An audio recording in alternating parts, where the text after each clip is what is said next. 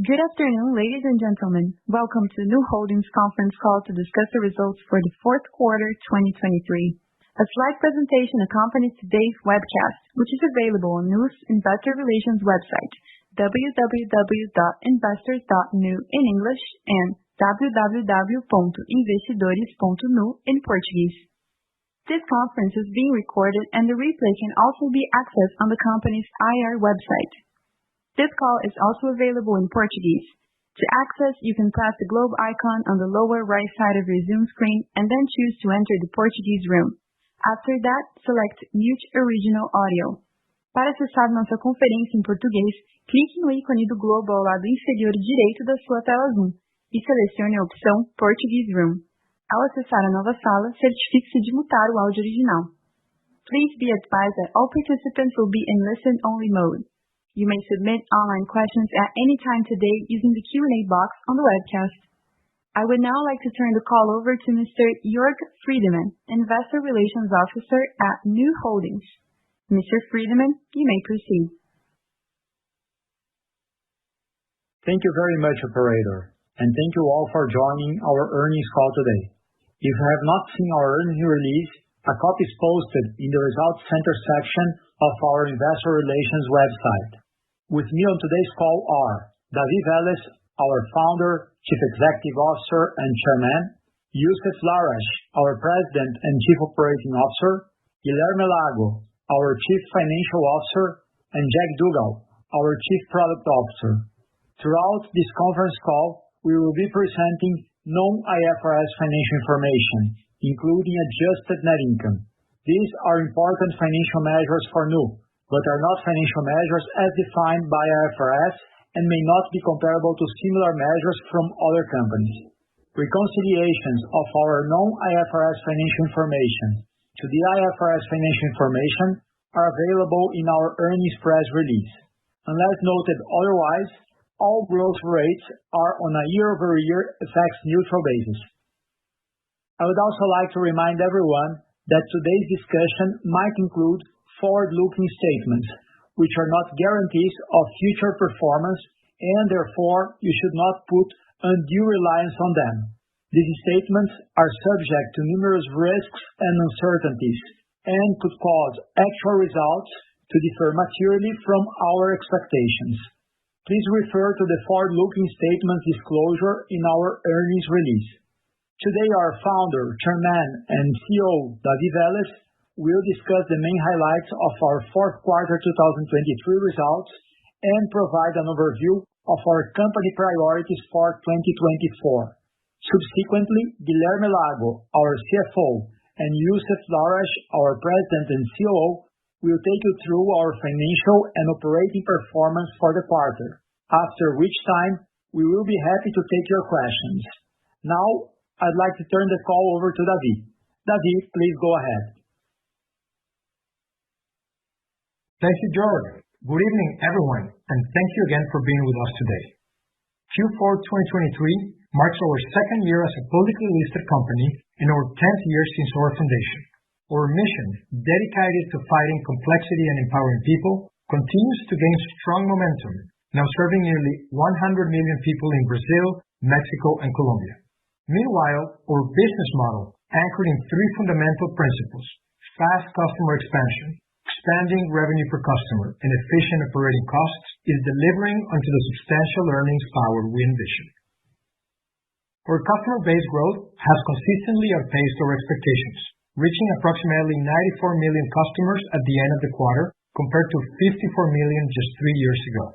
We are on our way to cross 100 million customers in 2024, and we plan to continue marching along thereafter towards the development of the largest consumer platform in Latin America.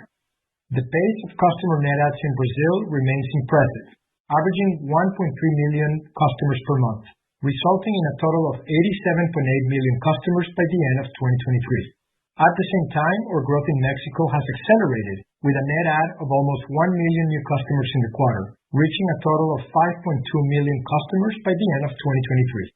This underscores the success of our Q3 decision to increase deposit yields in Mexico, which has accelerated our company-wide flywheel in the country and consolidated Nu as the indisputable leader in the digital banking category in Mexico. Finally, let me share some financial highlights with you. In the fourth quarter, our revenue surged to $2.4 billion, accelerating sequentially to a 57% year-over-year increase. Our gross profit surpassed $1.1 billion, growing 87% year-over-year, while our gross margin expanded once again, reaching 47.5% in the quarter.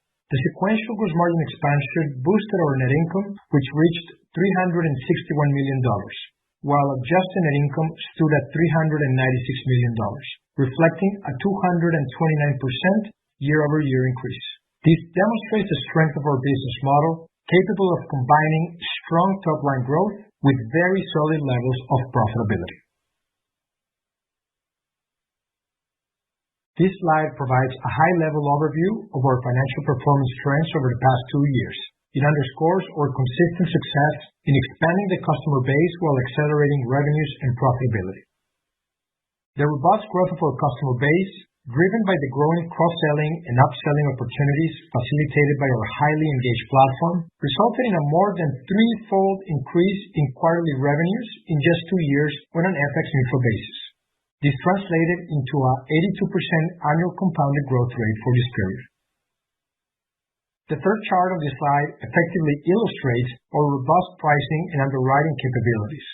Our quarterly gross profit, calculated as total revenues minus funding costs, transactional expenses, and credit loss allowances, increased by more than fourfold in the same period. Lastly, we believe the combined impact of the aforementioned factors, coupled with the strong operating leverage of our platform and the maturation of our early products in Brazil, has resulted in a significant acceleration in net income growth. This upward trend is evident in the chart on the right, particularly over the past 4 quarters. We anticipate this compounding effect continuing in the years ahead, driven by the combination of sustained growth and heightened profitability within our platform. Now, I'd like to highlight how our flywheel isn't just driving customer acquisition and data growth, but also sustaining strong momentum in our key financial metrics. As our 3 geographic regions continue to expand, leveraging the inherent operating advantage of our model, our holding company has effectively transformed its potential into profits. In the fourth quarter, Nu Holdings achieved an adjusted net income of $396 million, reflecting an adjusted annualized return on equity of 26%, surpassing the performance of most peers in the region, and despite maintaining a considerable excess capital of $2.4 billion in the holding company. If one were to look at our operations in Brazil alone, our return on equity continues to increase and remains above 40%. I'd like to briefly recap how we fared against our priorities in 2023. At the beginning of last year, we communicated our top 3 priorities for the year. The first was to scale our lending business in Brazil, both unsecured and secured. The second was to grow our share of wallet within the upmarket segment in Brazil. And the third was to ramp up local currency deposits in Mexico and Colombia. As you can see in the first part of this slide, we doubled our origination of personal loans over the past year, from almost $1 billion in the fourth quarter of 2022 to $2 billion in the fourth quarter of 2023. Currently, Nubank has an estimated market share of new originations in unsecured personal loans of approximately 22%, increasing from 12% from the end of last year. In addition, we launched our initial SIAPE public payroll loan product in April 2023, followed by FCTS in August 2023, and then INSS payroll in October 2023. As of Q4 23, 10% of our personal loan origination was already derived from secure lending lines. Much more will come in 2024, but we're overall very pleased with our developments in scaling personal loans in Brazil over the past 4 quarters. Let's delve into our second priority, gaining share of wallet within the upmarket segment in Brazil. It is an effort that will take time and pay off over the long haul. We believe we're well positioned to compete and win in this segment. 2023 served as the foundation for this long-term journey. We have observed a substantial progression in our segmentation effort, with an accelerated growth in market share of principality. Additionally, we have rolled out numerous features and products across all dimensions of our platform tailored to the segment, such as in banking, credit, and investments offer. Notably, our UV credit card purchase volume expanded from $0.5 billion in Q4 22 to $1.1 billion in Q4 23, a 104% year-on-year growth, while UV customers doubled in the period and our brand perception improved materially in this segment. Finally, we have achieved the best industry Net Promoter Score among Brazilian high-income customers. Finally, addressing our third priority for the past year, we successfully introduced our deposit account solution in Mexico, Cuenta Nu, in May. Following Nu's announcement of increased remuneration of these deposits in November, we experienced a remarkable outcome. Within just 2 months, we quadrupled the level of deposits in the country to an impressive total of $1 billion at the end of 2023, achieving this milestone 3x faster than in Brazil, with a segment of higher-income Mexicans that are attracted by the more aggressive value proposition. We are extremely pleased with the success of this strategy, even though it is a significant investment, as we believe it unlocks the potential of our member-get-member referral program, enriches our credit underwriting models with more data, and enables our company to become self-sufficient in local currency retail deposits. This self-sufficiency is crucial for scaling a consumer finance business. We were also granted a financial license in Colombia at the end of December, allowing us to launch Cuenta in Colombia last month. Similarly to our experience in Mexico, we expect our flywheels in Colombia to be propelled by the Cuenta launch. Overall, we believe 2023 was the year we were able to definitely prove to the market with strong numbers that the digital banking model we have been building for over a decade is the future of banking. This model is not only able to acquire and serve tens of millions of customers at scale and extremely low cost, but also generates the high satisfaction for consumers while producing one of the highest return on equity for shareholders. We achieved significant progress by getting banking licenses into new geographies and by launching successful deposit franchises in Mexico. We also grew within new segments such as high income. Those developments point in the direction that this is a model that goes beyond Brazil and goes beyond mass market consumers. We realize there is still lots to prove ahead, but we continue to be incredibly excited about how early we are in the development of this model. Now, I'd like to pass the floor to our CFO, Guilherme Lago, who will guide you through our financial numbers. Over to you, Lago. Thank you, David, and good evening, everyone.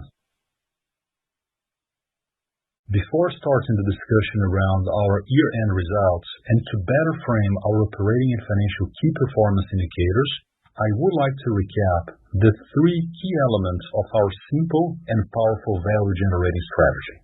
First, we continue to expand our customer base in the 3 markets where we operate, quickly transforming new customers into active ones. Second, we are focused on increasing the average revenue per active customer, or RPAC, through effective cross-selling and upselling initiatives. And third, delivering growth while maintaining one of the lowest cost operating platforms in the industry. Let's delve deeper into our fourth quarter results to understand the evolution of each one of these pillars. Let's start with customer acquisition.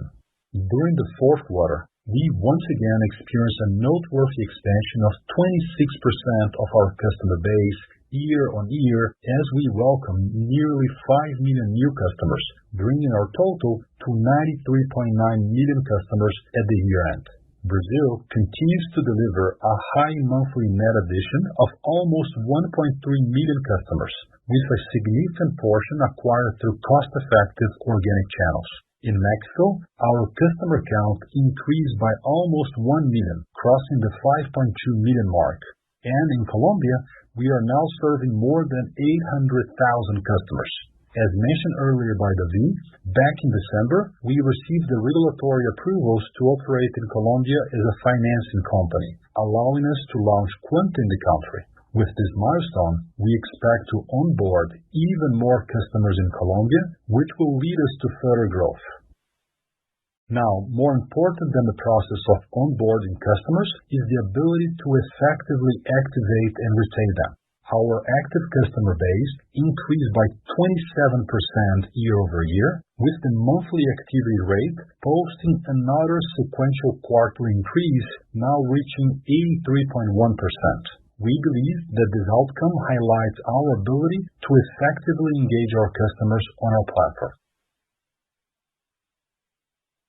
Now turning our attention to revenue expansion. The first chart highlights that Nu has established primary banking relationships with around 61% of our active customer base, up nearly 2 percentage points in comparison to last quarter.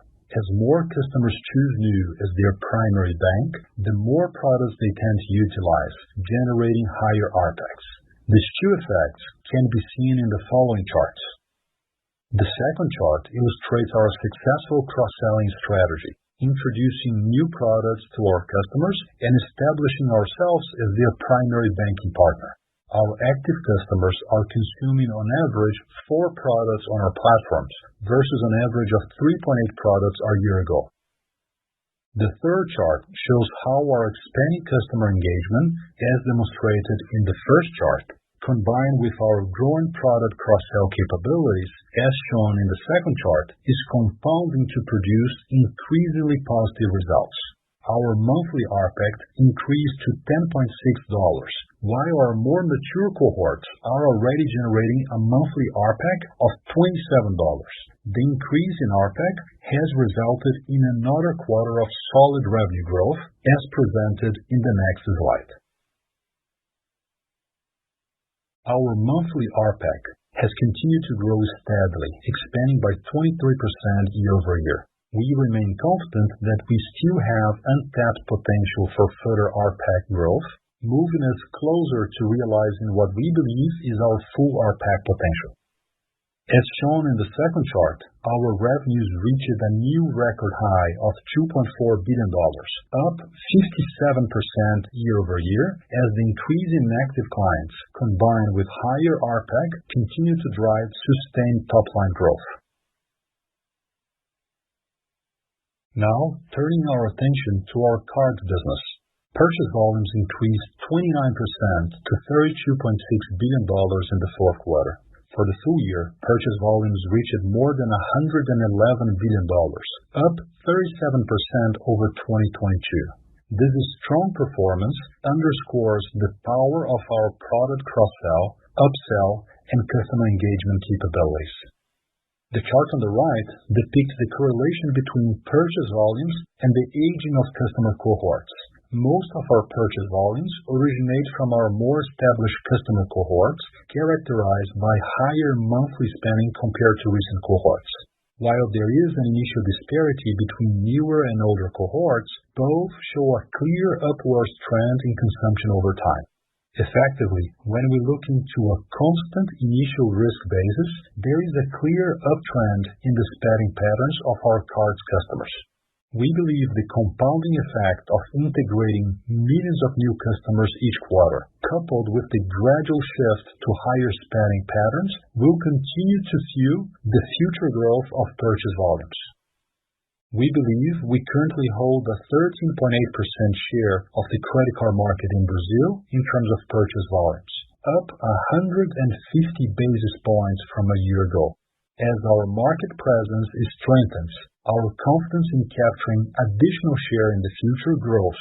This confidence is rooted in the steady pace of customer acquisition and their strengthening relationships with us. Our consumer finance portfolio, comprising credit cards and personal loans, posted another increase this quarter, up 49% year-over-year to $18.2 billion. This growth was boosted by expansions in both product categories. The credit card portfolio expanded by 44% year-over-year to $14.5 billion. We attribute this growth to the onboarding of new customers to our ecosystem and our low and grow focused approach. Our personal loan portfolio is a highlight this quarter, increasing 76% year-over-year and reaching $3.7 billion. Our personal loan cohorts have maintained expected credit behaviors following the same trends observed in the prior quarter, allowing us to increase originations for yet another quarter. We believe there are significant opportunities to continue to expand our loan book while we seek attractive returns and robust credit resilience. As we have previously mentioned, this may result in intentionally higher delinquency rates, but our aim is to ensure that these can be more than offset by additional revenues, resulting in higher risk-adjusted net interest margins. Now, let's take a deeper look at the breakdown of interest-earning loans within our credit card portfolio. We continue to pursue our strategy of increasing the share of credit card loans that earn interest, with special emphasis on PIX and boleto financing. This has driven sustained growth of our interest-earning installment balance, which now accounts for 23% of our total credit card loan portfolio.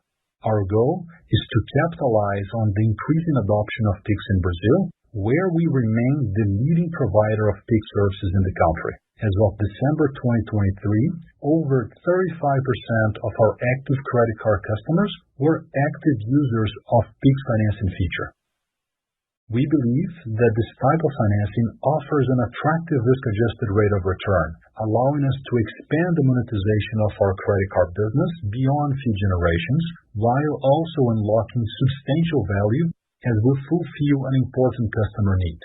However, we have intentionally not increased our share of revolving receivables, which even compressed sequentially to 6% of our total receivables this quarter.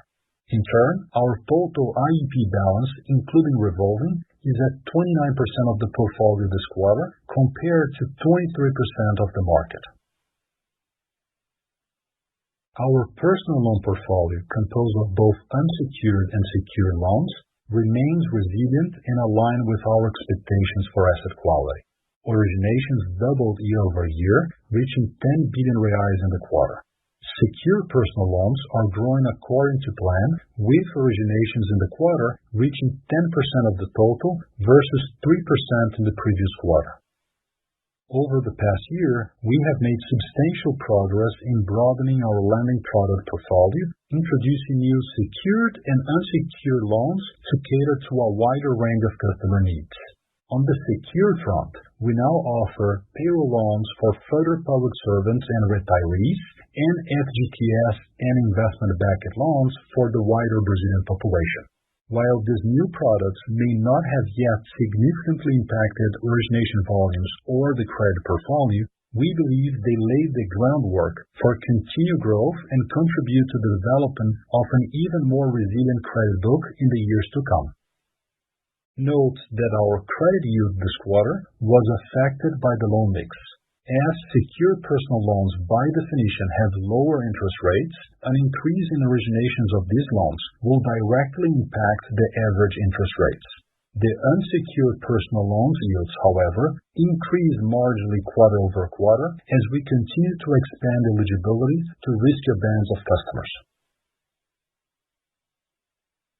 Moving on to the progress achieved on the funding front, we continue to see a solid trend in the expansion of our deposit base, which increased 38% year-over-year, reaching $23.7 billion at the end of the year.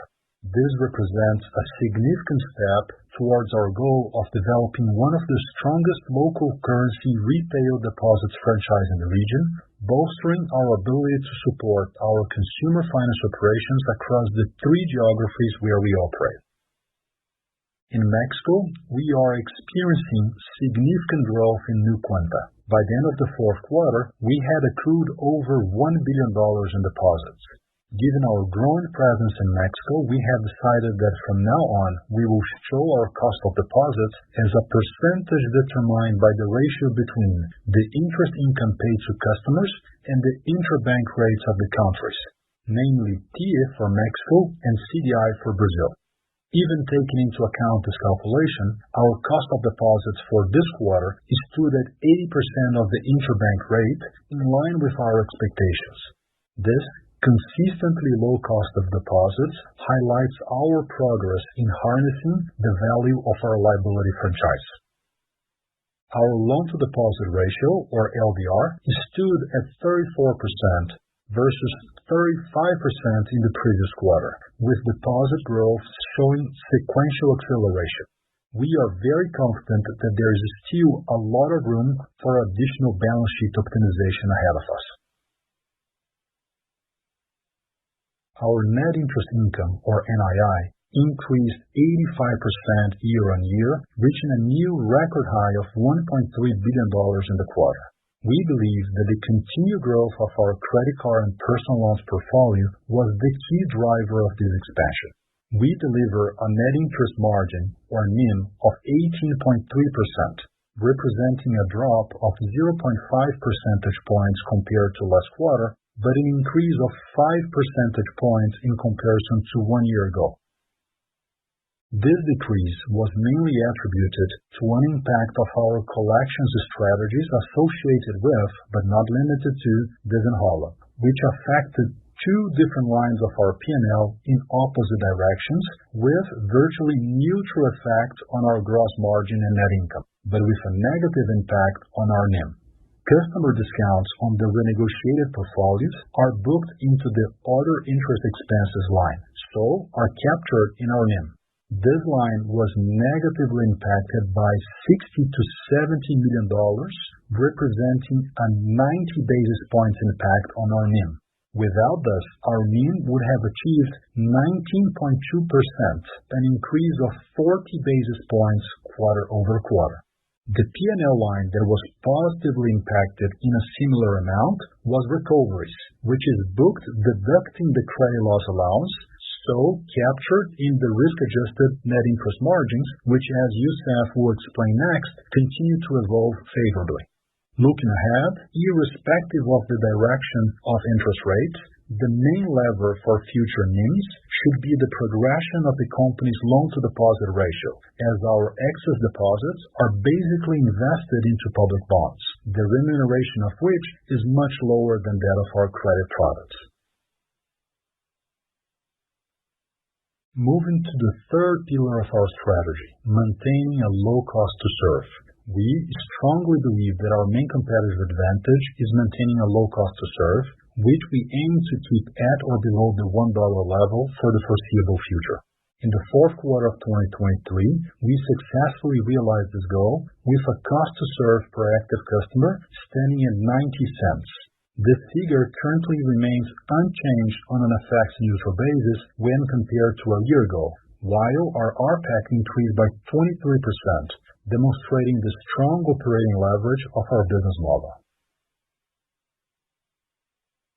Our gross profit reached a new quarterly record high, surpassing $1.1 billion, reflecting an 87% year-over-year increase. Moreover, our gross profit margin expanded nearly 5 percentage points to 47.5%, highlighting the margin expansion that began in the third quarter of 2022. Our gross profit margin continues to be positively impacted by ongoing improvements observed on our net interest margin and cost of risk. But the movement this quarter is also amplified by the positive seasonality relative to the purchase volumes of cards, which increased interchange revenues.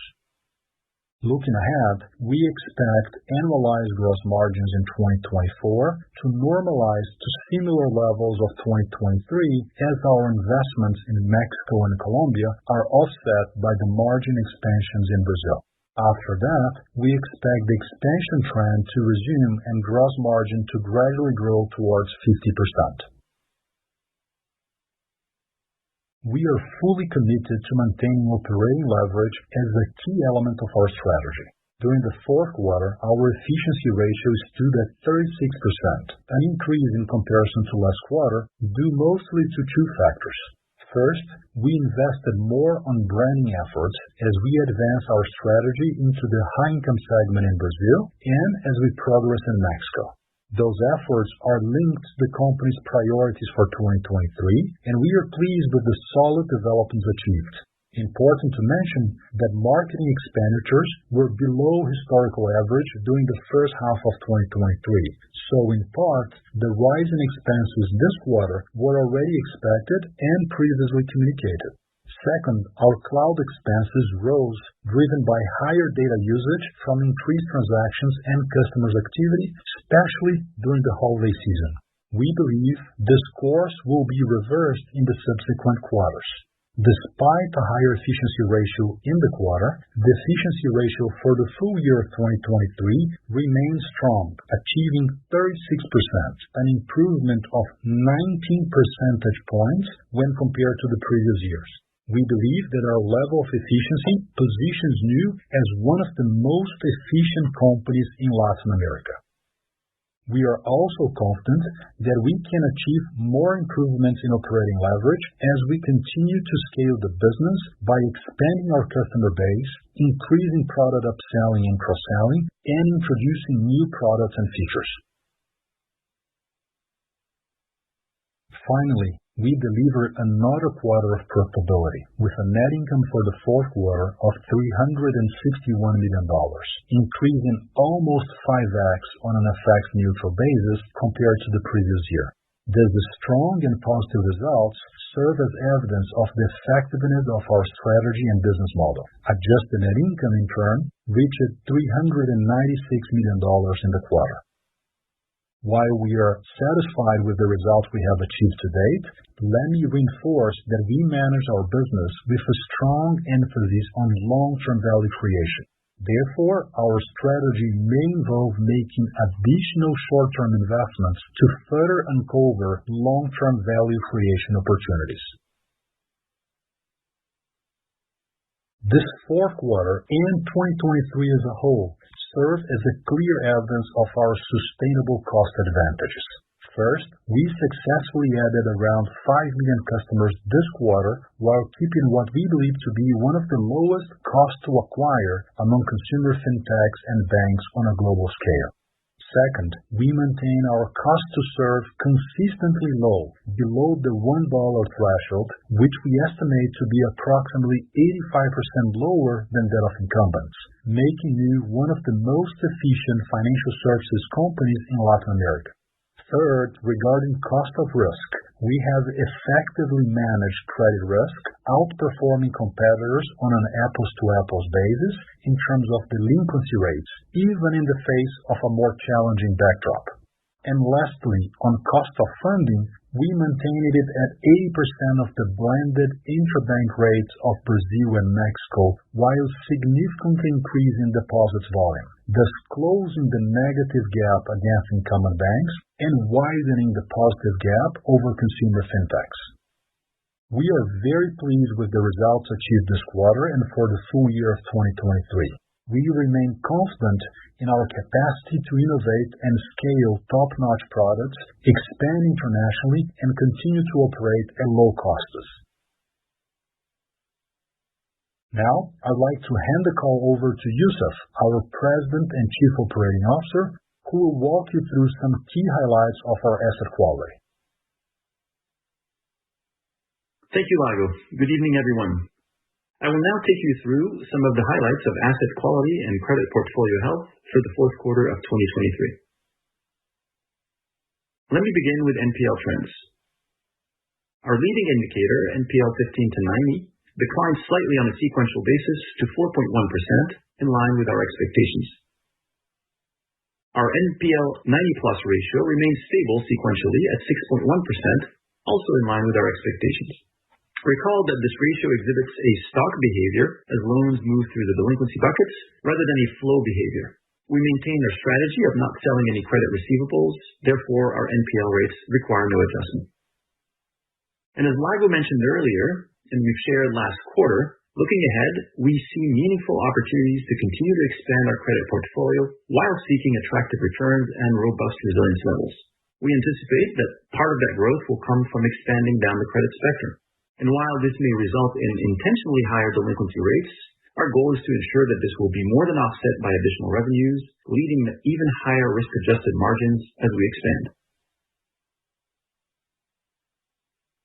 These two charts provide information about renegotiations in our Brazil credit portfolio. As you can see on the left-hand chart, around 9.6% of balances had been renegotiated by the end of Q4 2023, in comparison to 9.4% in the prior quarter. Following the trend of previous quarters, more than half of these were for loans that were current or less than 15 days late at the time of renegotiation. Moreover, 88% of renegotiations were for loans less than 90 days past due at the time of renegotiation. This goes to show that renegotiations have a limited impact on NPL rates. On the right-hand chart, you can see that we maintain a comfortable level of provision coverage above the 90-plus balances of our renegotiated portfolio at 243.5%. As we've mentioned on previous occasions, the growth of our portfolio is what has been driving the bulk of the increase in our credit provisions. This is because we front-load provisions at loan origination in accordance with IFRS 9 standards. This quarter, however, we have incurred a lower credit loss allowance expense than last quarter at $592 million. This was mainly driven by higher credit card and personal loan recoveries as a result of the Bisinhola government-sponsored debt renegotiation program, as well as collections initiatives we implemented to capitalize on it. We estimate the size of this impact to be around $60 to $70 million in the fourth quarter credit loss allowance expense. As Lago explained earlier, this is virtually neutral to earnings, as these higher recoveries are offset by discounts that are captured in the other interest expense line item, and which negatively impacted our net interest margin in the quarter. Risk-adjusted net interest margin was not impacted by these two offsetting dynamics and continued to expand, reaching 10.2% in the quarter, up 120 basis points sequentially. This again is a reflection of our pricing for risk and pursuit of resilient returns as we underwrite credit. In conclusion, we are pleased to report another strong set of results this quarter, which reflect the progress we've made and the track record we've built over the years. Our healthy asset quality and robust returns reflect our effective risk-based pricing approach and superior credit underwriting capabilities. We are thrilled about the prospects for continued growth and are confident that we will maintain and expand the strong track record of delivering superior returns going forward. Now, having shared these data and perspectives on credit and asset quality, let me now turn the call back to our founder and CEO, David Vélez, for his concluding remarks. David, back to you. As mentioned earlier, we believe we're in the very early innings of a full transformation of financial services in Latin America and globally. With already close to 100 million customers in Latin America, but owning less than 5% of the financial services revenue in the continent, we think it's imperative we continue investing significantly and responsibly in growth and expansion versus trying to optimize short-term earnings. To give 2 data points around how much we're currently investing. In 2023, our operations in Mexico and Colombia accounted for only 6% of our consolidated revenues, but represented nearly 21% of our headcount. As of the end of Q4 23, approximately 42% of our operational personnel was allocated to growth and moonshot projects, which were not yet operating at scale or not operating at all. In 2024, we will double down on our investments in new products and features, and we will double down on our investments in Mexico and Colombia. While we believe we will continue to operate with healthy levels of profitability, the opportunities we have ahead of us are so compelling that we believe it is time for planting, not for harvesting. We find ourselves at a particularly exciting moment, where the landscape of the Latin American financial services industry has undergone rapid transformation. The emergence of new players like Nu, coupled with technological advancements and evolving pro-competition regulatory frameworks, presents us with unprecedented opportunities. Moreover, Nu's distinctive position, boasting exceptional access to capital and talent in the Latin American region, sets the stage for a potential success. This opportunity is ours to seize. I would like to end outlining our priorities for 2024, as well as how we believe we should be graded by the market against these objectives. Our first priority is to scale Mexico. Building on the launch of Cuenta Nu and the initiation of deposit and customer scaling last year, success in 2024 entails substantial growth in our customer base in the country, continued expansion of our deposit base, and accelerated credit growth, possibly with new products beyond credit card.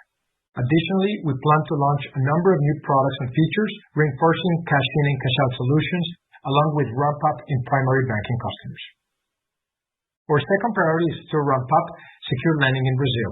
Following the successful launches of payroll lending for federal and public servants in April 2023 and for pensioners and retirees in October 2023, we are reaching approximately 50% of the total addressable market in Brazil today. operating with interest rates at 20 to 30% discounts compared to the industry average, thanks to our fully digital direct-to-consumer distribution. We have recently introduced the portability functionality. These features enables us to bring credit from our banks and refinance those at lower rates. Success for 2024 entails expanding our portability solution for all eligible customers, adding new contracts to tap into more than 70% of the total addressable market by year-end, and rolling out the anticipation of FCTS product for the entire customer base. With these initiatives, we aim at secure lending representing a meaningful portion of our total personal or loan origination by the end of 2024. Priority number 3 is to continue advancing into the higher income segment in Brazil. We have refined our segmentation effort by establishing 2 new thresholds: Super Core, encompassing customers with monthly income between 5 and 12,000 reais, and High Income, encompassing customers with monthly income above 12,000 reais. In Brazil, we already serve over 70% of Super Core customers and 60% of High Income customers existing in the market. Hence, our main opportunity is to increase our share of wallet among the customers we already have inside our customer base. Success for 2024 entails further expanding our base of Ultraviolet customers and increasing their usages of our products, launching more products and services tailored for these individuals, and growing the number of our primary bank accounts within these segments. Finally, our 4th priority is making the concept of the money platform tangible and concrete for our customers. The Nubank of the future is a multi-country consumer technology platform that provides products and services in financial services and beyond. And we believe that the compounding effects of real-time payments, open banking, and AI are accelerants for us in this strategic direction. And we want 2024 to mark an inflection point in the products and services we launch leveraging these technologies. Success in 2024 entails launching several new products and features to our customers that will continue to increase our value proposition while using technology to increase even more our operating leverage. With that, we invite your questions. Thank you for your attention and participation.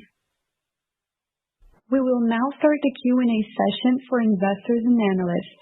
If you wish to ask a question, please click on Raise Your Hand. If your question is answered, you can exit the queue by clicking on Put Your Hand Down. Please limit yourself to one question and a follow-up. If you have further questions, please re-enter the queue. You may submit online questions at any time today using the Q&A box on the webcast. I would now like to turn the call over to Mr. Jörg Friedman, Investor Relations Officer. Thank you very much, operator. And we are going to start the Q&A session with a question posed by Jorge Kuri from Morgan Stanley. Hi, everyone. Thanks for the opportunity to ask questions, and congrats on the great numbers for the quarter and the year. I wanted to ask about payroll loans, and if you can give us some flavor of how are you winning on payroll loans? Evidently, David said at the very end that you're offering prices that are well below what the incumbents are offering. Is this just across the board for all the clients? Are you seeing some sensitivity on prices where people are just switching their payroll loans to you because you have a better user experience, or is every single client really coming at a much lower rate, and that seems to be the reason they're moving? Is it payroll loans to people that didn't have a payroll loan, or are you refinancing payroll loans? Are those refinancing mainly coming from government banks, which normally tend to have a lot of the government payrolls, or you're also seeing some refinancings coming from the private sector banks? And in the payroll lending as well, are you seeing the payroll payment being deposited to you as well? That would be my first question. And if you don't mind, I would add a second question about one of your priorities for 2024. David mentioned new products for the super core client base, meaning sort of like the high net worth individuals. What type of products are you talking about there? Thank you. Jorge, this is Jag Dougal, Chief Product Officer. Let me answer your first question and get into some of what you were asking around our secured loan business and strategy. A couple of key points that I would make. First of all, about equal volumes of our secured loan origination in Q4 came from FGTS, social loans against the Social Security savings of customers, and then from consignado, particularly the federal employees, FIAPI, and the retirees. The formula we are following in terms of why customers are coming to us is very specific and will be familiar to you as someone who has followed the company for a long time. We offer a dramatically simplified digital mobile experience, 100% mobile. Because we are able to offer that service direct to consumer, helping to make our costs very low, that allows us, as David talked about, to offer a significantly lower price than the market average.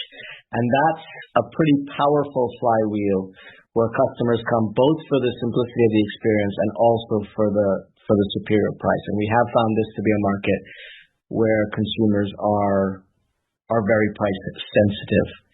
Another aspect of your question was, are customers switching from other places? A couple of key points to make here. All of the customers to which we are offering these secured loans are current NuBank customers. So we are fishing in our own fishbowl, not out in the open sea.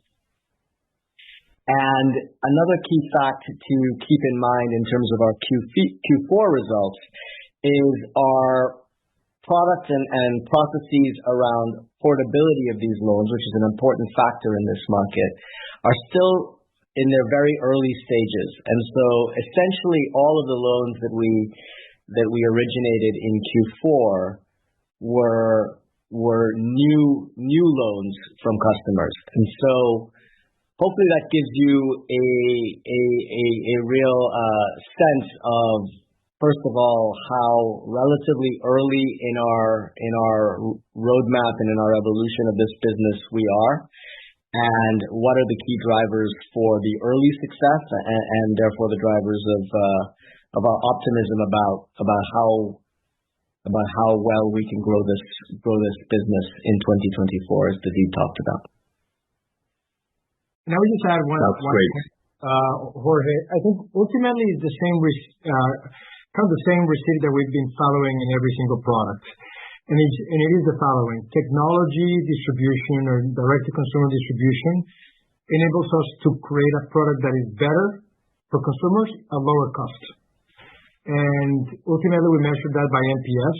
In this specific category, we're already measuring NPS upwards of 80, which would be by far the best rated product in the market today. So that tends to be the leading indicator for growth.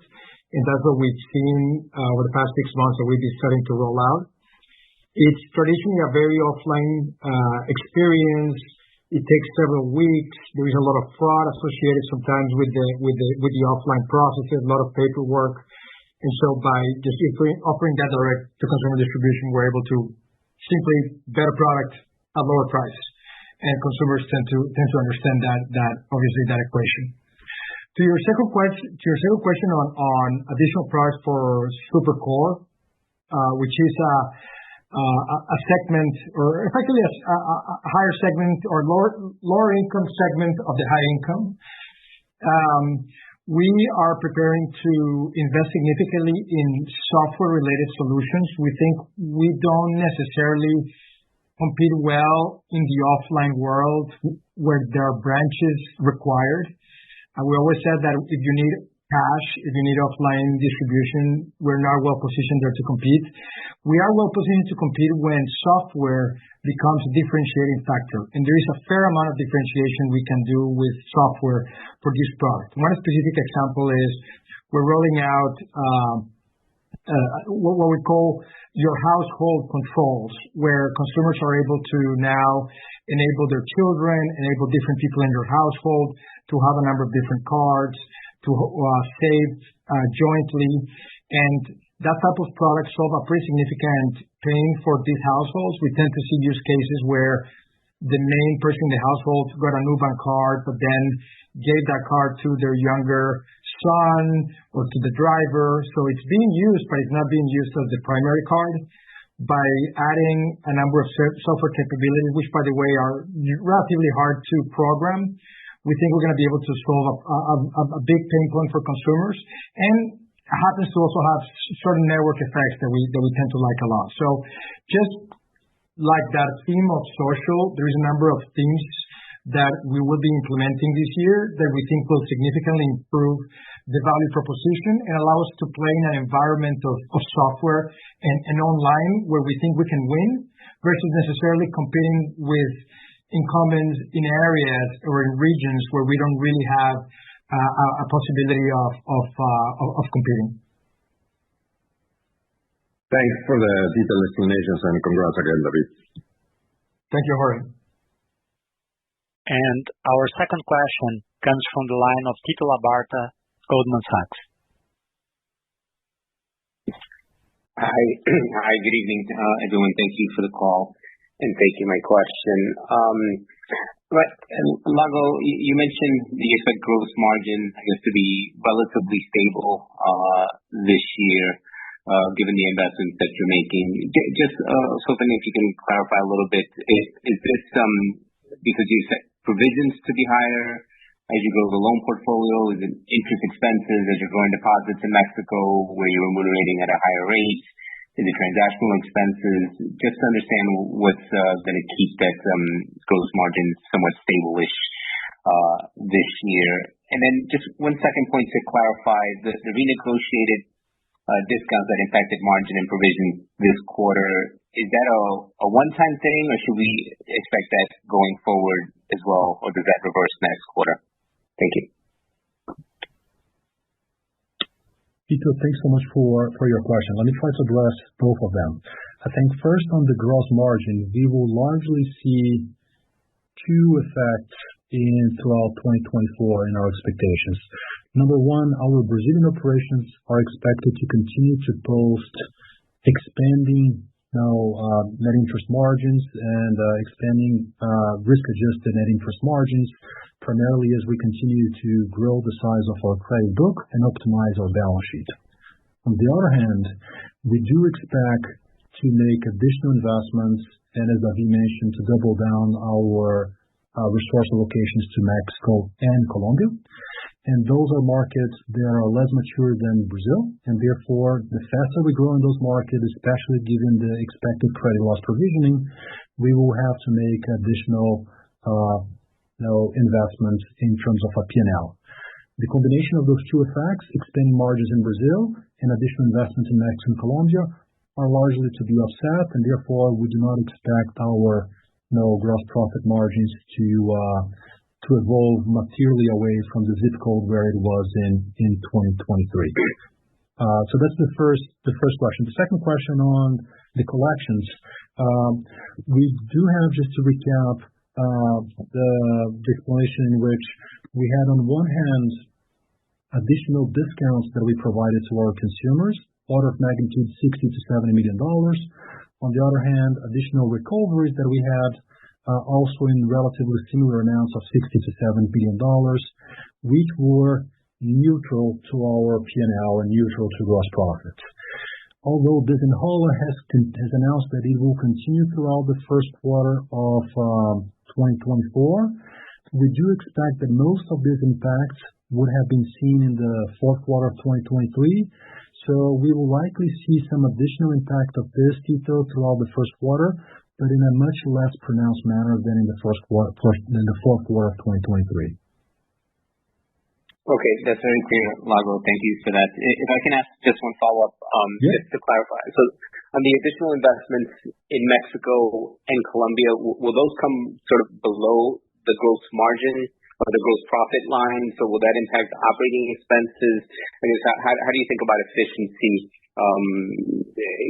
for 2024? If you can get some color on that.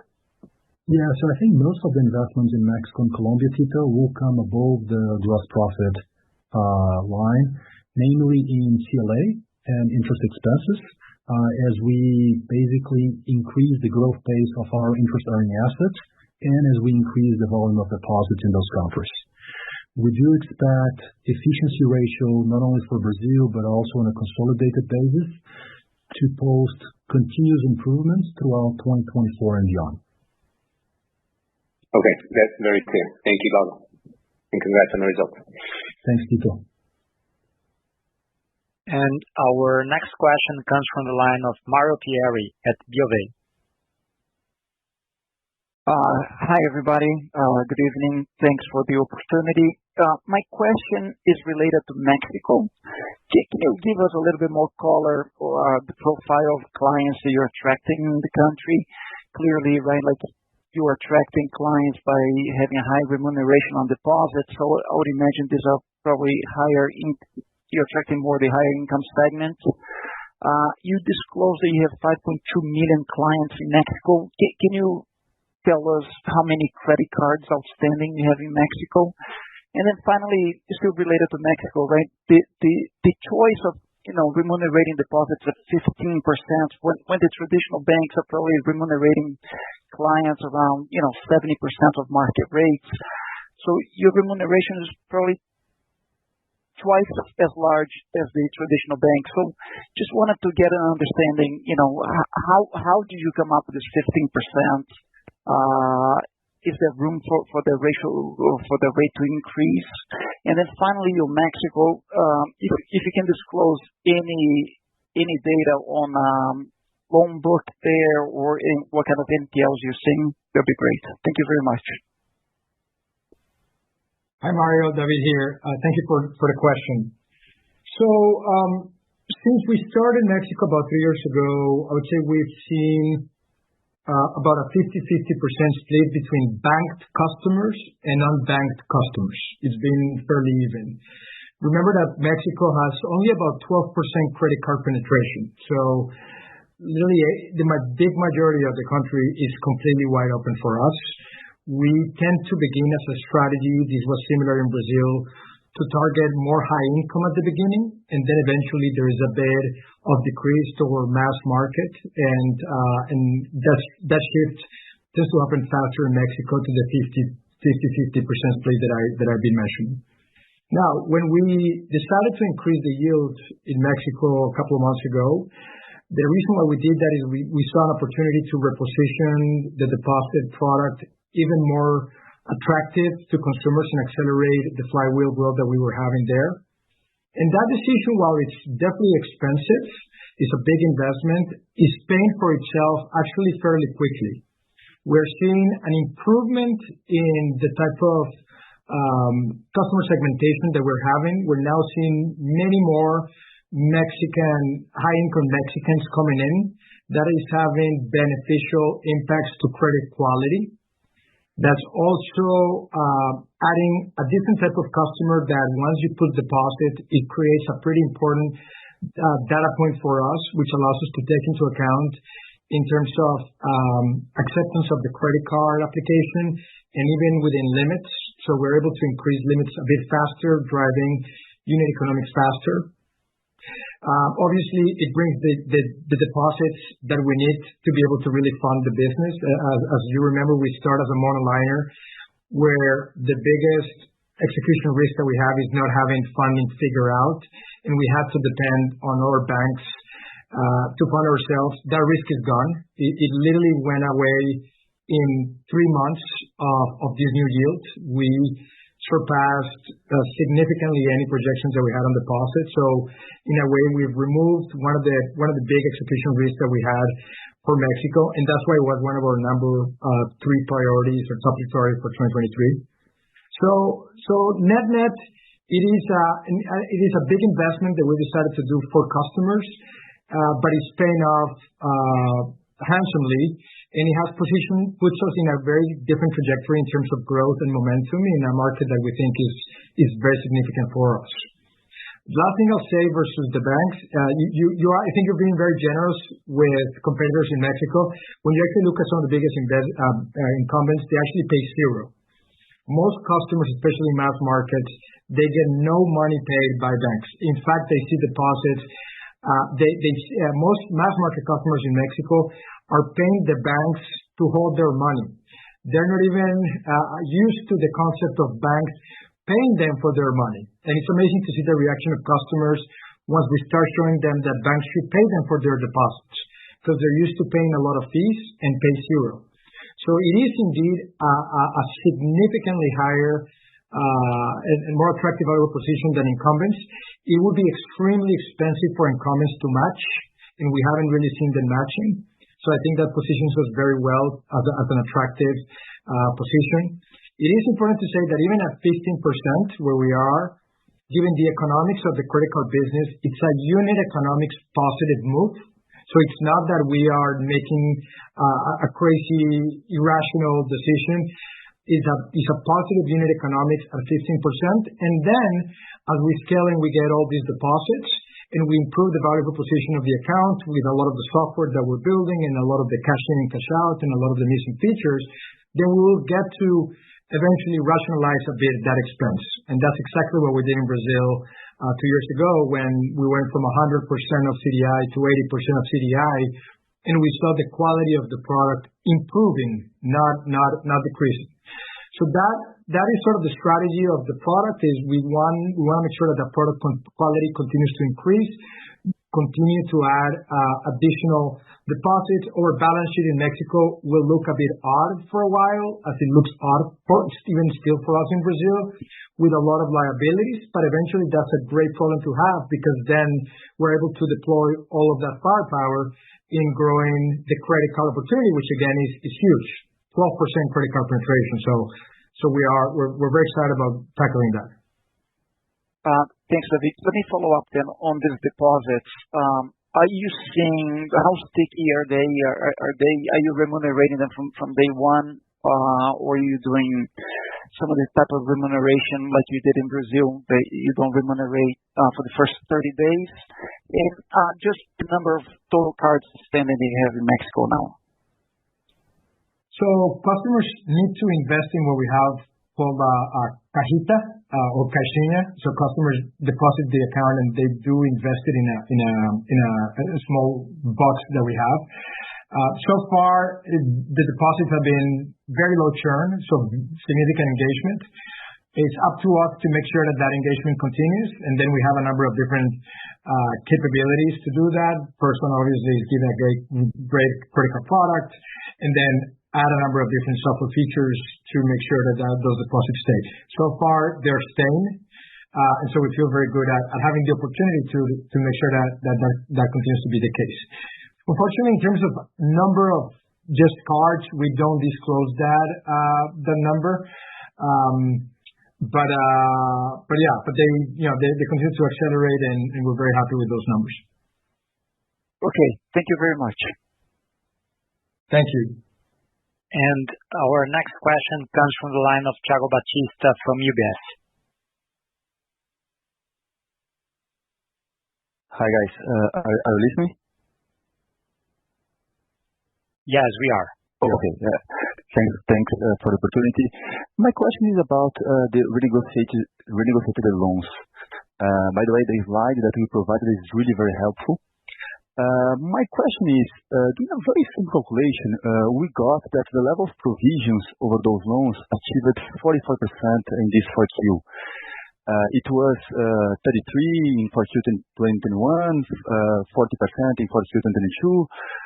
So if you can comment your strategy over those renegotiated loans, and also if it's possible to assume that this level of 44% is the amount that Nu believes it will become losses over those renegotiated loans.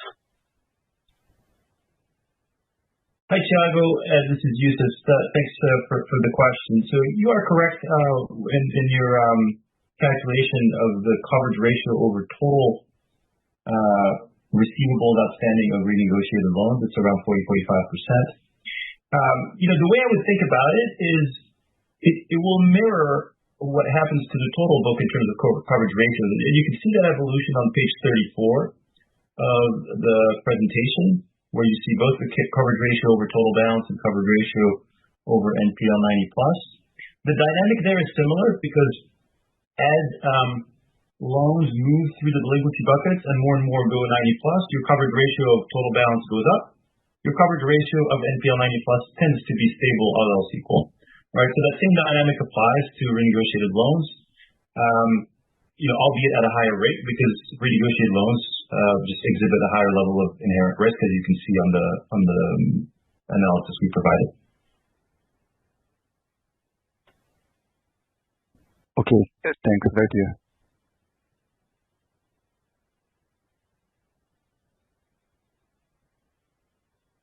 Sorry.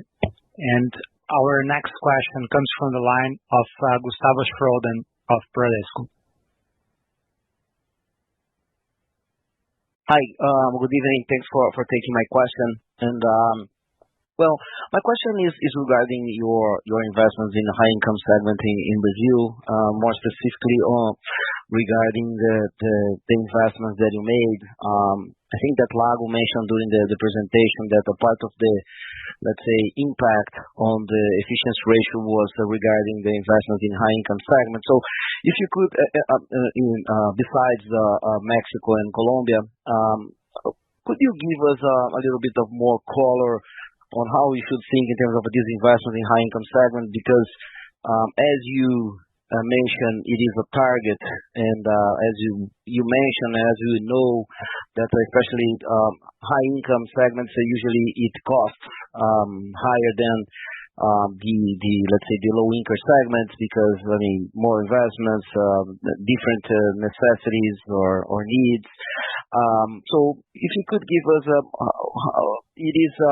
these investments, this impact regarding high income segment is specific on this quarter, or should we expect that further, let's say, impacts on efficiency ratio regarding this strategy? Thank you. Hi, Gustavo, this is Lago. Thanks for your question. I think in short, no, you should not expect to see any material change in the efficiency trends that we have seen over the past quarters. So as I mentioned in the opening remarks, in the fourth quarter of 2023, we saw two impacts that drove kind of the efficiency rate 100 basis points up. It was higher concentration of marketing expenses in the fourth quarter and additional investments in technology and data. Those two effects combined accounted for about 170 basis points, and we believe they will be reversed in the coming quarters. So if you take into account those 170 basis points, you will continue to see additional improvements in efficiency ratio. In fact, we already at midpoint of the first quarter of 2024, and we already seen efficiency ratios being driven to the places where we expect them to be, which is lower and better going forward. The main investments that we are doing to increase our share of wallet within the higher income customers, I would say, are largely broken down in two stages. I think in the first stage, which started about 18 months ago, we invested a lot of time and energy in the development of new products and features to acquire high income customers. And if you define a high income customers as someone who has an expected monthly income above 12,000 reais, we already have a NuBank as of the end of the fourth quarter of 2023. Over 60% of those are already customers of NuBank. So the first stage was customer acquisition with very low customer acquisition cost. The second stage is customer principality, building on what Davi and Jag mentioned earlier today, and we will do so through the development of our banking, payments, and investment products. They will be material investments in terms of human resources, but they will not necessarily drive any material change to the cost structure that we have had in Brazil over the past 2 years. But Jag, I'm not sure if you wanted to add anything about the types of investments and products that we will launch. Yeah, I'll quickly do so, Lago. So within the context of what Lago just said, which is that we expect our efficiency ratio to not show continued trends in the direction we saw this quarter. we are continuing to invest significantly in existing products and in new products, many of which are geared towards the super core segment as well as the high income segment. As Lago mentioned, we have a majority of those customers, 70% for the super core, 60% for the high income. Already, as customers of NuBank, now how do we drive engagement and principality over time?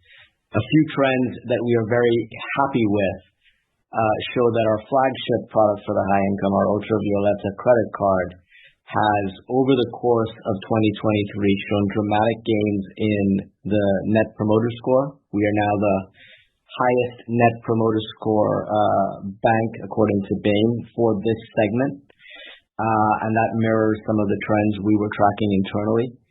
And with that growing customer love of the product, which offers them 1% cash back and 200% CDI returns on that cash back, along with other features, we are seeing significant growth in their usage of the card and in their satisfaction with the credit lines that we are giving them, which is all building a flywheel together. Another major investment we made in the course of 2023 was to extend a bundle around the flagship card, the Ultraviolet bundle, which has a series of features from a free toll tag, free Rappi Prime, special customer service lanes for these customers, etc. Around the card and the bundle, we are investing in features and products around banking, around investments, around insurance that will gradually manifest themselves in our product, and we expect will drive an increasingly complete solution for this segment, although those are investments that will layer in through the year, all within the context of what Lago shared, which is these are accounted for even as we continue to have strong operating efficiency. Very clear. Just very clear. Just to follow up on this last part of the answer. You mentioned some products that you had already offered to high income clients, such as some credit products, and the intention to, let's say, if I understood, to accelerate investments in insurance. But could you give us are you thinking to invest or to offer like a mortgage, auto loans for these high income clients, or that should be more related to these let's say personal loans and investments and insurance? Just if you could give us a more specific products that you could offer to high income clients besides the credit and insurance and investments. Yes, for sure. What I would say to you is, as David laid out in terms of our overall strategy, our ultimate aim is to serve these customers with a holistic and complete suite of solutions for them. And so the credit card was the place we started in terms of the Ultraviolet card, but we are looking across our suite and looking at our lending products. Many of our secured lending products are actually disproportionately used, for example, by high-income customers. We are looking at investments. We are looking at insurance. There are no doubt certain product lines that we probably won't offer for a while. But we are looking across the entire suite of what we have offered in the mass market, and even beyond that, to start with this customer segment, understand their needs, understand where the highest leverage is for them, and ultimately for us, and building products across the suite. So if you look across our product suite, you can rest assured that we are either building or investigating and in discovery for products and features that will serve this segment. Okay, thank you very much. And our next question comes from the line of Eduardo Rosman at BTG Pactual. Hi everyone. Congrats on the numbers. I have a question on regulation in Mexico.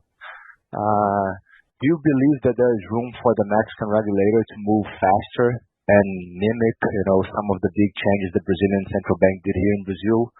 How important could be, transforming CODI into something like closer to PIX? How can you help, the regulator to understand, that could benefit, penetration of credit in Mexico, showing, what it was done in Brazil. So it would be interesting to hear your thoughts here. Thanks. Yeah, no, thank you for the question. So listen, I think the trend is positive. We've been spending a lot of time with regulators. I think the Brazil case has become an unbelievably clear example, really across Latin America and globally, of what a regulator can do to accelerate financial inclusion and bring more competition to our market. And that example is just too hard to ignore for regulators. So when we went to Mexico about 3 years ago, nobody really understood that. Today, when we engage, that's very clear. As you said, CODI was launched a few years ago. There were a couple of design decisions that didn't really make it successful. I think regulator is going back at it and trying to make it successful. There is real attention and goodwill to see free digital payment system in Mexico. Again, it's hard to oppose that because the benefits for society and for the country are so clear. So what I would say is I wish it would be a bit faster, but the trend is positive and accelerating, and it would be tough to take the opposite view that in 5 years from now you'll continue to see 12% credit card penetration, or that 5 years from now people will continue to use just cash for everything. The puck is going in the direction of full digitalization of the economy. That's one of those trends that you can count on really globally. Brazil was fast, Mexico, Colombia were a bit slower, but I think we see the momentum accelerating, and we're definitely trying to play a very active role on that future to come faster, because in a world where finance is digital, in a world of digital payments, in a world of open finance where there is less inertia from consumers to move, when consumers really own their data and they can transpose it to our institutions, the consumer really wins and competition becomes very powerful, becomes really the possibility to see interest rate coming down, banking costs come down, inclusion goes up. So we think that's where the puck is going in Mexico. We think it's accelerating, and we're definitely an active part of trying to push that forward. Great. Thanks a lot, David. Thank you. And our next question comes from the line of Pedro Leduc at Itaú. Thank you, guys. Good evening. Congrats on the results. I would like to get your help a little bit more on the credit quality or provision expense side. This quarter it looked down, right, from to 630 million to 590. Of course, you mentioned there these recovery effects, but I would like to get your help a little bit on how much these recovery effects were, and get your sense on the underlying credit trends that you're seeing. You did mention that gross margins should continue at these levels, at least not for the next quarters. Just getting your sense there on how you're feeling on the credit quality side, making you choose where to grow and when. Thank you. Hi, Pedro. So on the credit loss allowance expense itself, as Lago and I mentioned in our earlier remarks, the 590 or so million number was impacted favorably by recoveries in the order of about $60 to $70 million in the quarter, right? So you can do the math of what would have happened without that effect. It would have been around 650, 660. So it would have increased by an amount that's kind of similar in magnitude to the increase from Q3 to Q4, right? And most of that increase is from growth of the credit book. Now, from a going forward standpoint, I expect maybe a little bit of a residual impact of additional recoveries in Q1, as Vlado mentioned a few minutes ago, but I don't think it will be the same order of magnitude. So I expect the trend to kind of resume looking like prior quarters as we continue to expand the credit book. Some of that expansion, as I said last quarter and earlier today, some of that expansion and growth will come from going further down the risk spectrum. So, it might cause higher NPL, but we think it will be, and therefore higher provisions, but we think it will be more than paid for in the form of higher returns and robust resilience. So that's generally how I would think about it. That's great. Thank you so much. I may, with a second follow-up on this, of course, you NII post cost of risk and making up for it.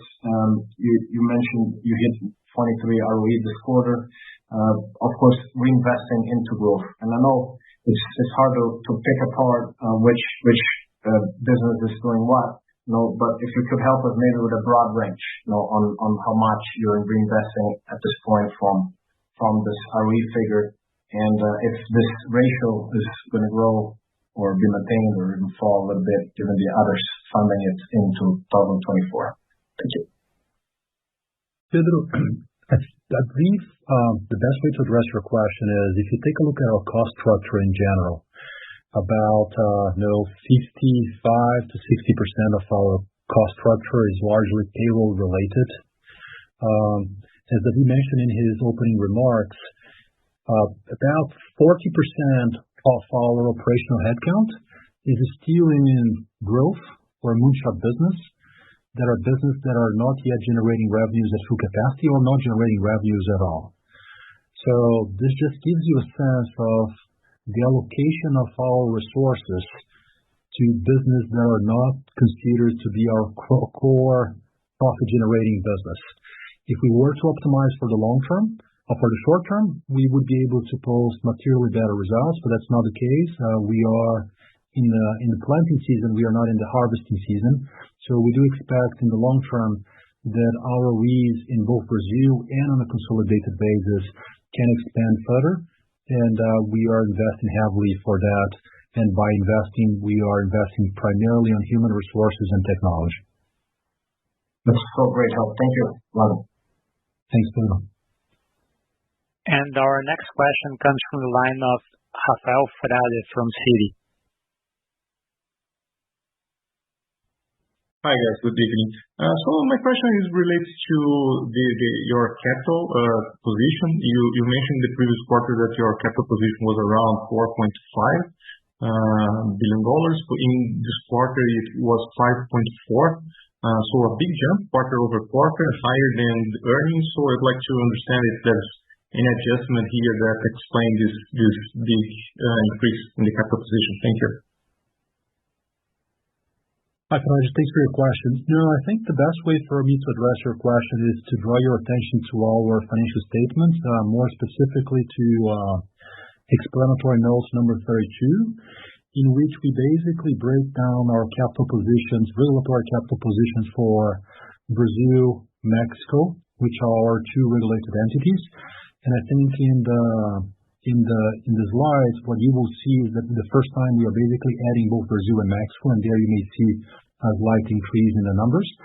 But by and large, with the capital that we have allocated to our geos that are regulated, Brazil and Mexico, we have about 2 times the minimum capital that are required in these geos. And if above and beyond, you also take into account the $2.4 billion of excess capital that we have at the holding company, we would get to nearly 3 times the minimum regulatory capital. So we believe we are fairly comfortably capitalized. We don't foresee any needs to tap the equity capital markets in the near future for our 5-year plan, nor do we foresee the needs to make any material capitalization in Brazil in the foreseeable future. Brazil is expected to generate enough earnings to sustain the growth of the business going forward. Okay. Thank you, Juan. And our next question comes from the line of Yuri Fernandez at JP Morgan. Hello, guys. Hi, David, Lago, Jorg. Thank you for the opportunity of asking questions. I have a follow-up on Mexico and on your deposit franchise. It's pretty impressive, $1 billion in Mexico, and again, it has been growing very fast since November. But David, I think he addressed at some points, like the wholesale cost and how the credit cards can make, like this higher 15% yield is still profitable at some sense. But my question is that your deposits are now growing much faster than loans, right? We just have the regulatory data for November, and I think you had around $800 million of loans in Mexico. So now you have more deposits than loans. That basically implies that you kind of have a negative spread here, right? You are paying 15, actually, I think 16, right? Because 15 is net of taxes. So my point is about Mexican losses, right? Maybe, I think Lago already addressed these, but I don't know. I think maybe it's the right strategy, but maybe we could see higher losses from Mexico in 24, 25. So I would like to address this. If you keep the 15% yield, even if you don't have the same counterpart on loans, basically buying a security from the government around 11.25. And then I can do a follow-up on this question. Thank you very much. No, great. No, this is the right question. So we absolutely see this as a way to accelerate credit as well. We always say that your right leg cannot go faster than your left leg. We started effectively only with a right leg, just with credit. When we launched deposits, we have a left leg. Now we have the challenge of coordinating ourselves, and it's a tough problem because you are not able to ex ante price for perfection the yield. In an ideal world, you would have perfect information and you have the absolute pricing so that it would build the product that you want. It optimizes. It's an NPV maximization problem, and in an ideal world, you can get to that price immediately. We prefer to start high because it's important to create the right impression for consumers, and there tends to be an advantage when you are positioned as the clear category king. That's what we are striving for in Mexico.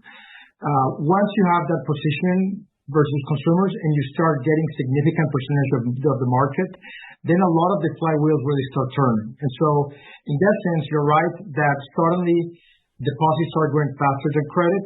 But as I said, now we start seeing the second order benefits. We're seeing higher income Mexicans coming in, which allows us to increase credit card acceptance rates for our customers. It allows us to increase limits, which increases IBB for credit cards. It brings more customers in. Net, we have to spend less in marketing. And so overall, I think this is a big investment for us. They said we are looking at these investment decisions very carefully, optimizing for the long term, as I said. But it will be a continuous recalibration of this exercise, and as we go over the next few months and really over the year, we'll be trading off the different sides of that bet. But so far, it's paying off really quickly because of the higher credit card customers, the differentiated income profile, the higher acceptance rate, the higher credit limits, increase IBB. We are operating with a product in Mexico that we think is more profitable than Brazil, the credit card per se. It has a higher return on equity so far, so there is plenty of economics to be paying right now a bit higher on the funding cost. No, thank you, David. I was in Mexico last week, and it's impressive, the word of mouth of this deposit strategy. If I may, just a quick one here on the eligible unsecured credit customers for you. I think you have a slide on this, 15.5 million, one of the last slides of the presentation. I was checking the third quarter, and you had like around 18 million eligible unsecured credit customers in the previous quarter. So it basically implies that this number was down 3 million. So just checking if you are getting a little bit more risk averse on unsecured credit lending in Brazil or, I don't know, anywhere else, or if it's just a different accounting on this number, because it was down again like from 18.1 to 15.5 million eligible customers. Thank you. No, Yuri, I think we are certainly not getting less optimistic with the expansion of unsecured personal loans. And it's just a different accounting of the eligibility of monthly eligible customers. But in general, we are super pleased with the potential that we have in unsecured personal loans. If you take a look at the total unsecured personal loan market in Brazil, it's the second largest consumer asset class in the country, after only payroll loans. And our customers already account for approximately 51% of this pool. We have less than 7-8% of this market, so we will continue to grow and expand originations there threefold. Number one, increasing the eligibility of personal loans to more customers. Number two, progressively increasing the average ticket size, almost resembling the slow growth that we have in credit cards. And number three is to progressively increase also the duration. Our average duration today is about 1/3 of the average duration of the market. So by flexing those three levers, we believe we will continue to increase originations of unsecured personal loans going forward. Oh, that's great. Thank you, Lago. And congratulations. As we already surpassed 90 minutes of the call, we are now concluding today's call. So on behalf of Nu Holdings and of our investor relations team, I want to thank you very much for your time and participation in our earnings call today.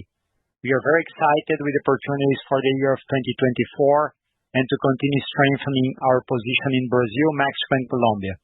Over the coming days, we will be following up with the questions received by our platform and with those that were not able to ask questions tonight. So please do not hesitate to reach out to our team if you have any further questions. Thank you and have a good night.